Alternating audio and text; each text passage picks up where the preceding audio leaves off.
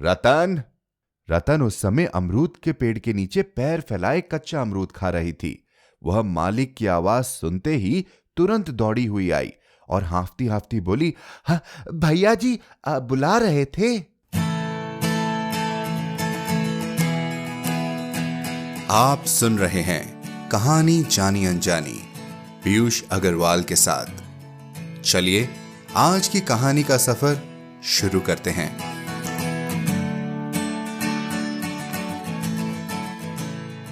नमस्कार दोस्तों, माइक के इस तरफ से हेडफोन के उस तरफ सुनने वालों को मेरा सलाम। और आज हम आपके लिए लेकर आए हैं रविंद्रनाथ टैगोर की कहानी पोस्टमास्टर। कहानी से पहले मैं एक बहुत ही प्यारा पैगाम पढ़ना चाहता हूं जो दिव्या जी ने हमें एप्पल पॉडकास्ट रिव्यू में लिखा है। Piyush ji, your show is my lifeline. I have always felt a part of my heart and soul is stuck in simpler times, and the stories you share always take me back to those times. I wait for Friday and keep listening to the old ones on the rest of the days. Keep doing this wonderful podcast. All the very, very best. इस खूबसूरत review का बहुत बहुत शुक्रिया। You made our day. आप भी हमें यूं ही लिखते रहिए और हमारा हौसला बढ़ाते रहिए। एप्पल पॉडकास्ट पर रिव्यू के जरिए या फिर हमें ईमेल कर सकते हैं hello@piyushagarwal.com पर। मैं और मेरी टीम कहानी जानी अनजानी पॉडकास्ट पर बहुत मेहनत करते हैं आप सभी के लिए और लाते हैं हर हफ्ते नई कहानी बिल्कुल निशुल्क। लेकिन आप हमें सपोर्ट कर सकते हैं अपने एक छोटे से योगदान के साथ, ताकि मैं और मेरी टीम यूं ही कहानियां आप तक लाते रहें। और जानकारी के लिए piyushagarwal.com पर सपोर्ट द शो लिंक पर क्लिक करें। चलिए अब सुनते हैं रविंद्रनाथ टैगोर जी की कहानी पोस्टमास्टर।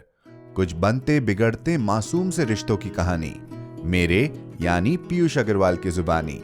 तो चलिए शुरू करते हैं आज की कहानी का सफर।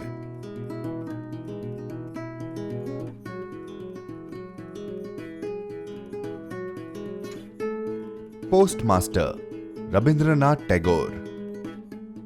काम शुरू करते ही पहले पहल पोस्टमास्टर को उलापुर गांव आना पड़ा। गांव बहुत साधारण था।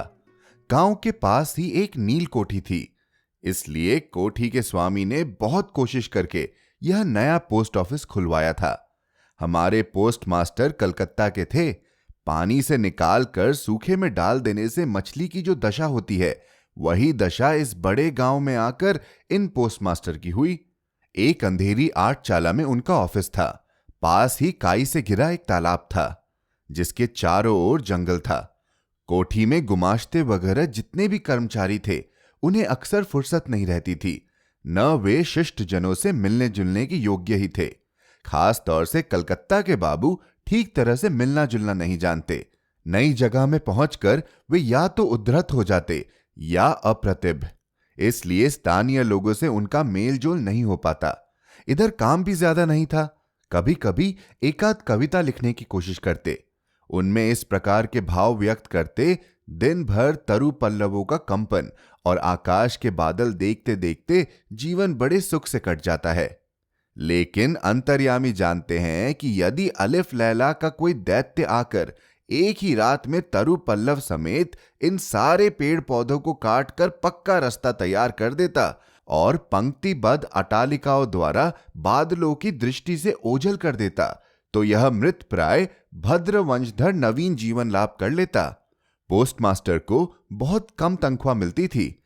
अपने हाथों बनाकर खाना पड़ता और गांव की एक मात्र पितृहीन अनाथ बालिका इनका कामकाज कर देती थी। उसको थोड़ा बहुत खाना मिल जाता। लड़की का नाम था रतन, उम्र 12-13। उसके विवाह की कोई विशेष संभावना नहीं दिखाई देती थी।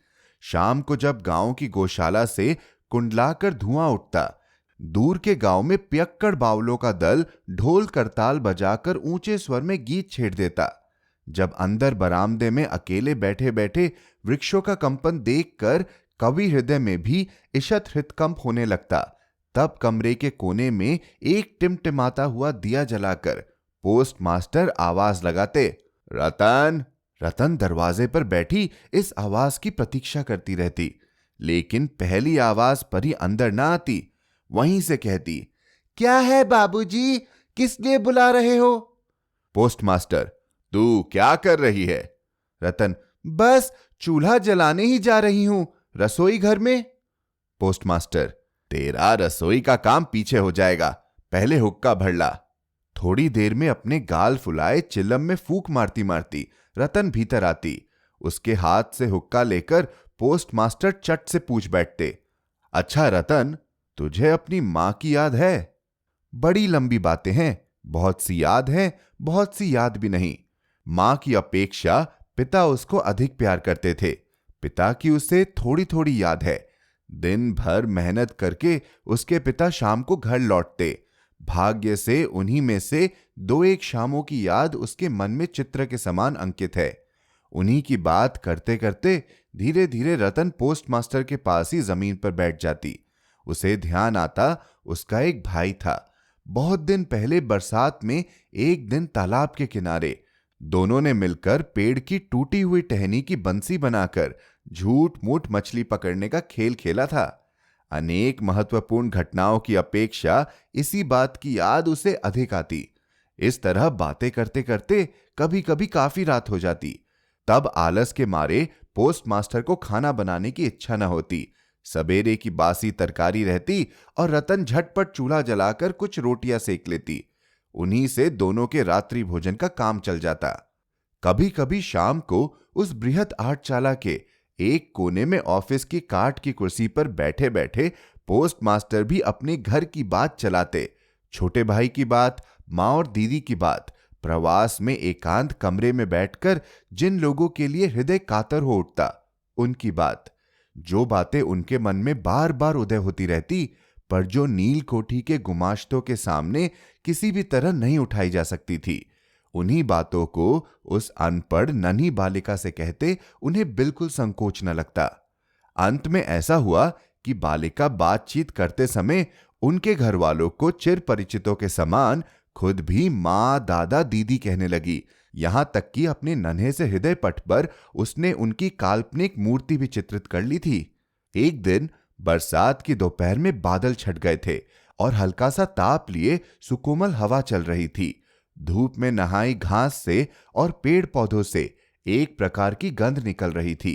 ऐसा लगता था मानो कलांत धरती का उष्ण निश्वास अंगों को छू रहा हो और न जाने कहां का एक हठी पक्षी दोपहर भर प्रकृति के दरबार में लगातार एक लय से अत्यंत करुणा स्वर में अपनी नालिश दोहरा रहा था। उस दिन पोस्टमास्टर के हाथ खाली थे। वर्षों के धुले लहलहाते चिकने मृदुल तरु पल्लव और धूप में चमकते पराजित वर्षा के भंगाव शिष्ट स्तूपाकार बादल सचमुच देखने योग्य थे। पोस्टमास्टर उन्हें देखते जाते और सोचते जाते कि इस समय यदि कोई आत्मीय अपने पास होता, हृदय के साथ एकांत संलग्न कोई स्नेह की प्रतिमा, मानव मूर्ति। धीरे धीरे उन्हें ऐसा लगने लगा मानो वह पक्षी भी बार बार यही कह रहा हो और मानो उस निर्जन में तरु छाया में डूबी दोपहर के पल्लव मरमर का भी कुछ ऐसा ही अर्थ हो। न तो कोई विश्वास कर सकता, न जान पाता, लेकिन उस छोटे से गांव के सामान्य वेतन भोगी उस सब पोस्टमास्टर के मन में छुट्टी के लंबे दिनों में गंभीर सुनसान दोपहर में इसी प्रकार के भाव उदय होते रहते।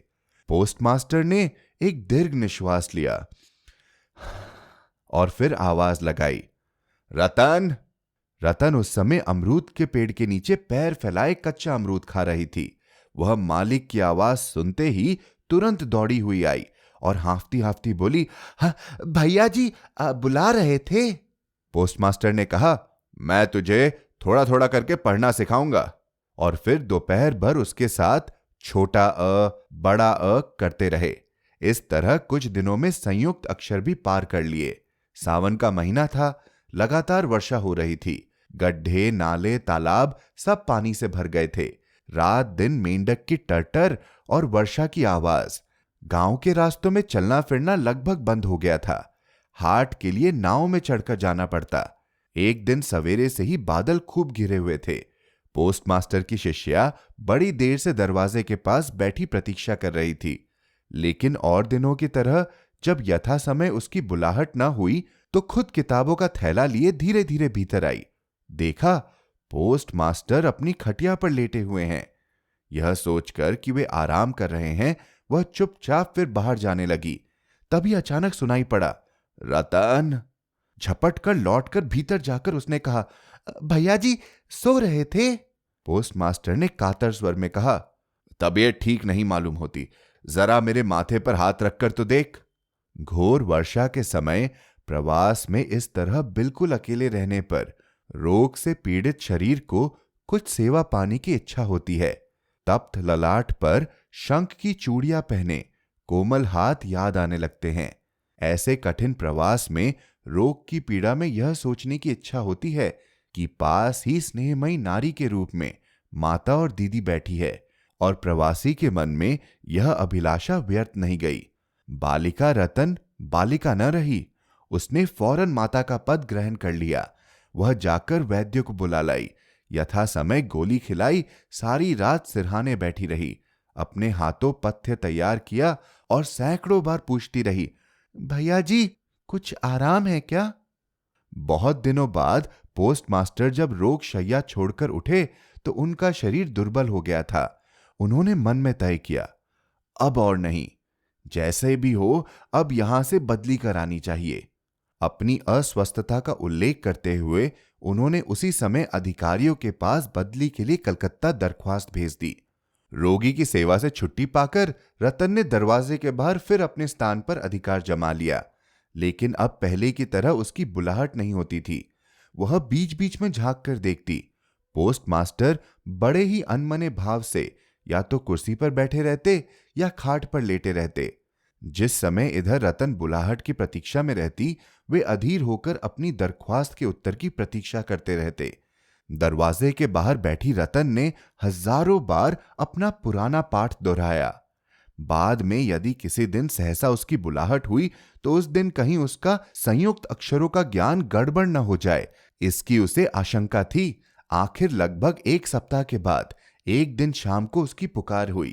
कांपते हृदय से उसने भीतर प्रवेश किया और पूछा, भैया जी मुझे बुलाया था? पोस्टमास्टर ने कहा, रतन मैं कल ही चला जाऊंगा। कहां चले जाओगे भैया जी? घर जाऊंगा। फिर कब लौटोगे? अब नहीं लौटूंगा। रतन ने और कोई बात नहीं पूछी। पोस्टमास्टर ने स्वयं ही उसे बताया कि उन्होंने बदली के लिए दरख्वास्त दी थी, पर दरख्वास्त नामंजूर हो गई, इसलिए वे इस्तीफा देकर घर चले जा रहे हैं। बहुत देर तक दोनों में से किसी ने और कोई बात नहीं की। दिया टिमटिमा रहा और घर के जीन छप्पर को भेद कर वर्षा का पानी मिट्टी के सकोरे में टप टप करता टपकता रहा। बड़ी देर के बाद इतने धीरे उठकर रसोई घर में रोटियां बनाने चली गई, पर आज और दिनों की तरह उसके हाथ जल्दी जल्दी नहीं चल रहे थे। शायद उसके मन में रह रहकर तरह तरह की आशंकाएं उठ रही थी। जब पोस्टमास्टर भोजन कर चुके तब उसने पूछा, भैया जी मुझे अपने घर ले चलोगे? पोस्टमास्टर ने हंसकर कहा, वाह, यह कैसे हो सकता है? किन कारणों से यह बात संभव न थी, बालिका को यह समझाना उन्होंने आवश्यक नहीं समझा। रात भर जागते और स्वप्न देखते हुए बालिका के कानों में पोस्टमास्टर के हंसी मिश्रित स्वर गूंजते रहे। वाह, यह कैसे हो सकता है? सवेरे उठकर पोस्टमास्टर ने देखा कि उनके नहाने के लिए पानी पहले से ही रख दिया गया है। कलकत्ता की अपनी आदत के अनुसार वे ताजा पानी से ही स्नान करते थे। न जाने क्यों बालिका यह नहीं पूछ सकी थी कि वे सवेरे किस समय यात्रा करेंगे। बाद में कहीं तड़के ही जरूरत न पड़ जाए, यह सोचकर रतन उतनी रात में ही नदी से उनके नहाने के लिए पानी भरकर ले आई थी। स्नान समाप्त होते ही रतन की पुकार हुई। रतन ने चुपचाप भीतर प्रवेश किया और आदेश की प्रतीक्षा में मौन भाव से एक बार अपने मालिक की ओर देखा। मालिक ने कहा, रतन, मेरी जगह जो सज्जन आएंगे मैं उन्हें कह जाऊंगा, वे मेरी ही तरह तेरी देखभाल करेंगे। मेरे जाने से तुझे कोई चिंता करने की जरूरत नहीं है। इसमें कोई संदेह नहीं कि ये बातें अत्यंत स्नेहपूर्ण और दयाद्र हृदय से निकली थी, किंतु नारी के हृदय को कौन समझ सकता है? रतन इसके पहले बहुत बार अपने मालिक के हाथों अपना तिरस्कार चुपचाप सहन कर चुकी थी, लेकिन इस कोमल बात को वह सहन न कर पाई। उसका हृदय एकाएक उमड़ आया और उसने रोते रोते कहा, नहीं नहीं, तुम्हें किसी से कुछ कहने की जरूरत नहीं है, मैं रहना नहीं चाहती। पोस्टमास्टर ने रतन का ऐसा व्यवहार पहले कभी नहीं देखा था, इसलिए वे अवाक रह गए। नया पोस्टमास्टर आया, उसको सारा चार्ज सौंप देने के बाद पुराने पोस्टमास्टर चलने को तैयार हुए। चलते चलते रतन को बुलाकर बोले, रतन, तुझे मैं कभी कुछ न दे सका, आज जाते समय कुछ दिए जा रहा हूं, इससे कुछ दिन तेरा काम चल जाएगा। तनख्वाह में जो रुपए मिले थे उनमें से राह खर्च के लिए कुछ बचा लेने के बाद उन्होंने बाकी रुपए जेब से निकाले। यह देखकर रतन धूल में लौटकर उनके पैरों में लिपटकर बोली, भैया जी, मैं तुम्हारे पैर पड़ती हूं, मेरे लिए किसी को कोई चिंता करने की जरूरत नहीं। और यह कहते कहते वह तुरंत वहां से भाग गई। भूतपूर्व पोस्टमास्टर दीर्घ निश्वास लेकर हाथ में कारपेट का बैग लटकाए, कंधे पर छाता रखे, कूली के सिर पर नीली सफेद धारियों से चित्रित टिन की पेटी रखवाकर धीरे धीरे नाव की ओर चल दिए। जब वे नाव पर सवार हो गए और नाव चल पड़ी, वर्षा से उमड़ी नदी धरती की छलछलाती अश्रुधारा के समान चारों ओर छलछल करने लगी। तब वे अपने हृदय में एक तीव्र व्यथा अनुभव करने लगे। एक साधारण ग्रामीण बालिका के करुण मुख का चित्र मानो विश्वव्यापी बृहत अव्यक्त मर्म व्यथा प्रकट करने लग गया। एक बार बड़े जोर से उनकी इच्छा हुई कि लौट जाएं और जगत की गोद से वंचित उस अनाथनी को साथ ले आएं। लेकिन तब तक पाल में हवा भर गई थी। वर्षा का प्रवाह और भी तेज हो गया था। गांव को पार कर चुकने के बाद नदी किनारे का शमशान दिखाई दे रहा था और नदी के धारा के साथ बढ़ते हुए पथिक के उदास हृदय में यह सत्य उदित हो रहा था, जीवन में न जाने कितने वियोग हैं, कितना मरण है, लौटने के क्या लाभ, संसार में कौन किसका है। लेकिन रतन के हृदय में किसी भी सत्य का उदय नहीं हुआ। वह उस पोस्ट ऑफिस के चारों ओर चुपचाप आंसू बहाती चक्कर काटती रही। शायद उसके मन में हल्की सी आशा जीवित थी कि हो सकता है भैया जी लौट आए। आशा के इसी बंधन से बंधी वह किसी भी तरह दूर नहीं जा पा रही थी। हाय रे बुद्धिमान मानव हृदय, तेरी भ्रांति किसी भी तरह नहीं मिटती। युक्ति शास्त्र का तर्क बड़े देर बाद मस्तिष्क में प्रवेश करता है। प्रबल से प्रबल प्रमाण पर भी अविश्वास करके मिथ्या आशा को अपनी दोनों बाहों से जकड़कर तू भरसक छाती से चिपकाए रहता है। अंत में एक दिन सारी नाड़ियां काटकर, हृदय का सारा रक्त चूस कर वह निकल भागती है। तब होश आते ही मन किसी दूसरी भ्रांति के जाल में बंध जाने के लिए व्याकुल हो उठता है।